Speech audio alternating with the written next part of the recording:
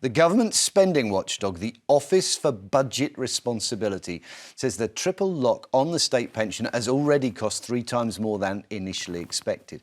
They warn that it's going to be unaffordable in the long term. Let's have a look. Triple lock brought in by the coalition in 2011, and it means the state pension goes up every year in line with whichever of these is the highest out of 2.5%. Inflation as measured by CPI and the average wage increase. Now, the Pensions Minister, Liz Kendall, has failed to promise that keeping the triple lock will be in Labour's next election manifesto. It just feels, Andy, as if this is inevitable now, that we are... It was the great unspoken truth that this was unsustainable, wasn't it? And now Liz Kendall's silence on the matter kind of means this is what we could be looking at. Well, this is what the government was trying to tackle when it took away the winter fuel allowance. And I kind of have a grudging respect for the current pension generation for how hard they fought and the kind of aggression of their response to that proposal.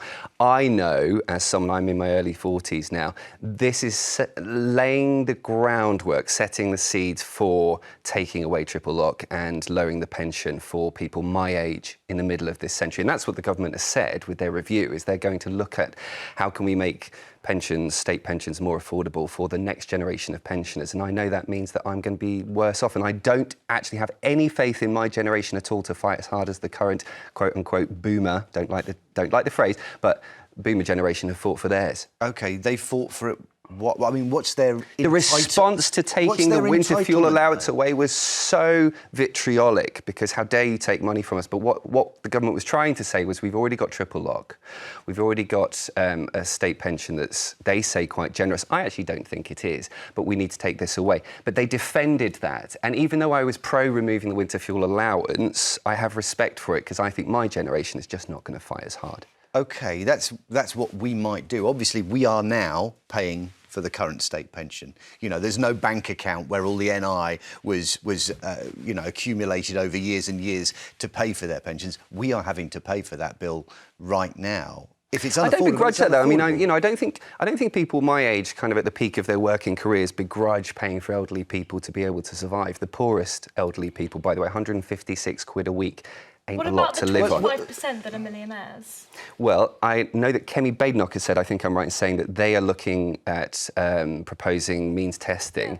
But when you introduce means testing, that often increases costs in different ways and people fall through the system. And that was one of the arguments made, after all, about the winter fuel allowance, that there were lots of people who weren't getting what they were owed if they were going to means test it. Just to be absolutely clear, you would keep triple lock? I would keep the triple lock. I think keeping the triple lock is fair. I think there are other places where you can shave savings and continue paying pensioners a actually relatively small amount of money. 156 quid a week, you and I would struggle to live on. And I think we need to take that into account. I mean, if you make a promise, you should keep it, Reem. And in 2011, that was what those pensioners who were coming to pensionable age were said, this is what you can budget for throughout the rest of your life. What's wrong with keeping that promise? That the triple lock on pensions shouldn't have been promised in the first place, quite frankly. I mean, we saw from all the 3 different measures, when inflation was, after the pandemic, in double digits, 11%, nobody else in the economy was getting inflation-busting pay rises, and yet pensioners were. And I actually agree with Andy.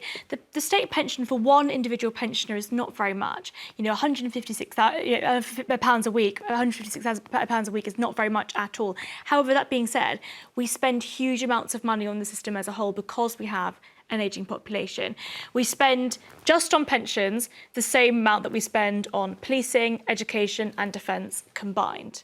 That is an extortionate amount of money. And quite frankly, it isn't sustainable. We saw this morning from the ONS, the government's borrowing figures. The government are currently borrowing literally millions of pounds. We cannot afford the current level of state spending. State spending as a proportion of GDP is about to get above 50%. The government is increasing in size. We're spending huge amounts of money, and pensioners are some of the wealthiest demographics in the UK. 25% they're also some are of the millionaires. poorest. And I think that's they also the concern vote. here. They also They vote. do also vote. I It's mean, a they political vote in problem. huge numbers, and any party that comes in and says, any government that's going to say, let's abandon any one element of this triple lock, is going to pay a terrible price for it, aren't they? Labour less so. Pensioners, you're absolutely right. For the Conservative Party, this was a huge problem. It's why they sort of bent backwards for NIMBYs that didn't want to build any more housing, because those particular people tended to vote Conservative. Pensioners are significantly less likely to vote Labour, and the Labour government have way less of a problem when it comes to the voting demographics. You're right, it is a consideration. Younger people are much less likely to vote, but the pensioner demographic specifically, Labour have less of a problem insulting or upsetting politically than anybody else. But really, this is about the public finances, right? Is it fair that people like myself are paying, all of us that are working, are paying huge amounts of money, the highest tax burden since the Second World War, in order to fund some of them, a quarter of them, millionaires receiving state benefits? See, I don't think that's fair. Should Alan Sugar... a fiscal decision. For you, it's a Yes. fiscal decision or a political decision. For me, it's a moral decision. It's not an elderly person's fault that they have grown old and that they need to be looked after in their homes. And I don't think Does actually Alan most Sugar need younger looking people... after by the average taxpayer? I get your argument. We can all go to extremes, but actually the majority of pensioners have paid 25% their taxes for most are of their millionaires. lives, and to get actually a relatively small amount of money a week to feel safe in their homes is Right. not, I think... I would say something I'm the fairly sure that if you talk about millionaire pensioners, we're talking about wealth, we're talking about their homes. So it's easy to categorise people as millionaires because they are still living in their own homes. We should abolish stamp duty and allow them to liquidate their house so they can actually obtain some of that money.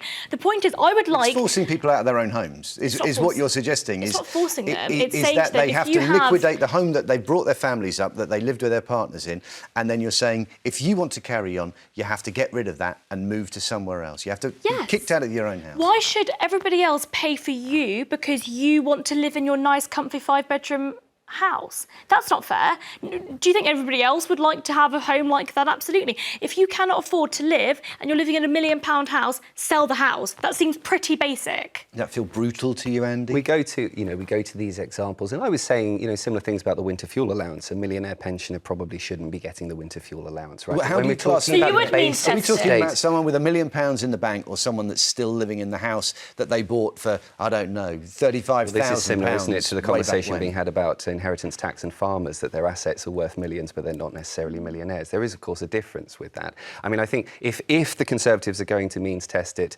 then we've learned so many times in the past that when the government tries to means test things, it doesn't work very well. It's hugely wasteful, it's very inaccurate, and the people who suffer it the most, actually, are often the poorest. who I have would the least access to rather information. poorest pensioners actually get more money and millionaires like Lord Alan Sugar don't receive anything. I think that's fair. We saw from winter fuel allowance that actually drawing that line is very difficult, because if you make it pension credit, for instance, as your line, well, there are people just on the cusp of receiving pension credit who actually do need help. And so you have to set it artificially somewhere above that, which we still don't know where that's going to be with winter fuel. So means testing in that way is always costly, is always controversial, Reem. It's controversial and it can be costly if your bureaucracy is huge.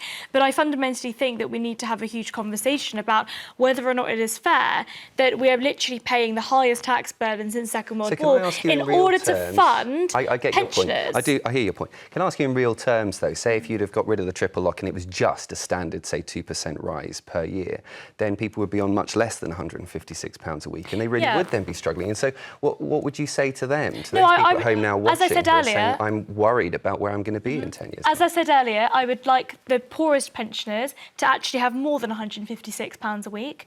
But what I would like to see is a system in which that money that is being spent on millionaires goes to the poorest pensioners. Okay, if you're not a millionaire pensioner, you deserve more money. If we briefly pick apart the triple lock and look at those three metrics there, I don't understand, Andy, why we can't just have CPI.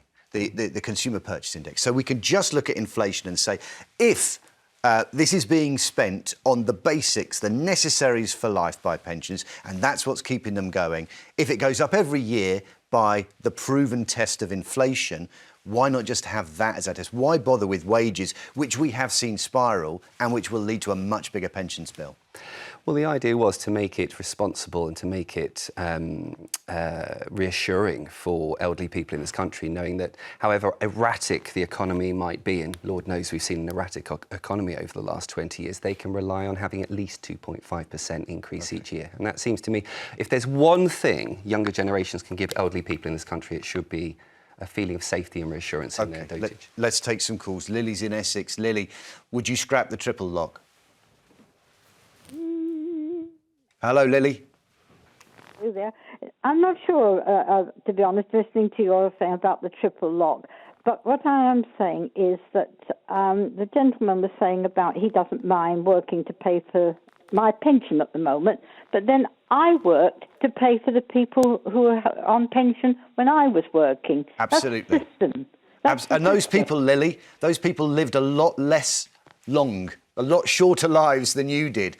When you were working, the life expectancy would have been much lower than it is now. So the bill for Andy, for Reem and for myself is much higher now. And is it unsustainable? Well, yes, it's got to be looked at. The whole welfare thing has got to be looked at, especially the scroungers. OK, so Lily, you're not a scrounger. I'm going to work on the basis you're not a scrounger. No, do you receive state pension? I worked all my life. I have paid all my dues. I'm still paying tax as a pensioner. Okay. I still pay tax as a pensioner. I'm above. I don't get any credit apart from my state pension. I have a modest private pension from my company, which I worked for 25 odd years. And I and my neighbours, we're all retired people living in our bungalows. I don't know any of us who are millionaires. We get by because we're careful with our money. We don't buy things that we don't want or can't afford. OK. Thanks for your call, Lily. Well, let's take another one. Yvonne's in London. Yvonne, are you on the state pension? Does the triple lock still make sense to you? Yes, the triple lock makes sense to me for the certain reason. I missed out on the 6 years extended to claim my pension by 2 months. And now you're telling me you'll take away the triple lock? Give us a break here. We really worked. I worked from the age of 16. I paid a mortgage and reared 2 kids. How dare you tell me I'm rich? I'm far from rich. I can't even afford to look after my grandkids. But surely, Yvonne... Shame on you, young girl. You need to live a little bit of life. How much is your house worth, Yvonne? My house is worth 500,000. OK. And do you think that perhaps you could downsize if that money is there for you? Why should I need to downsize when I worked all my life? If someone came to you at 66 and said you should downsize... OK. How many bedrooms does your house have, Yvonne? 2. Do you need both bedrooms? Yes, I have a daughter still living at home because she can't afford to move out. Does your daughter work? Yes, she works for a very well-established company. Cool, OK. What I don't get, Reem, is you're right to ask people about the houses that they've bought and paid for as owner-occupiers. This is not public houses. This is not a council house. This is Yvonne's home that she's bought and paid for through her own hard work. She's allowed to stay in that for as long as she wants, isn't she? Absolutely, she's allowed to stay in it as much as she wants. She's not then entitled to say, I want more taxpayer money for current working people. We spoke earlier about the fact that pensioners today paid in their system their whole life. Pensioners have been lied to by the current system. They've been told you pay into the system, that money stays in the treasury, and then when you turn 65, that money is what you take out. That's not how the system works. People that are currently paying into the pension system, currently paying into the tax system, that is the money that gets taken out. I'm sorry, Yvonne, for asking very, very personal questions, but the reason why I ask them is because fundamentally it's a question of whether or not there are people that are living in quite £500,000 house Yvonne is living in and saying that she can't afford to live currently. You could tell how Yvonne took those questions. Yeah. If what you're talking about happens, obviously those are the kind of questions that are going to have to be asked. Yes. And that's exactly how they're going to land if we lose triple lock. We're going to have to move on. Thanks for that call, Yvonne, and thanks for bearing with us there. Don't forget later on...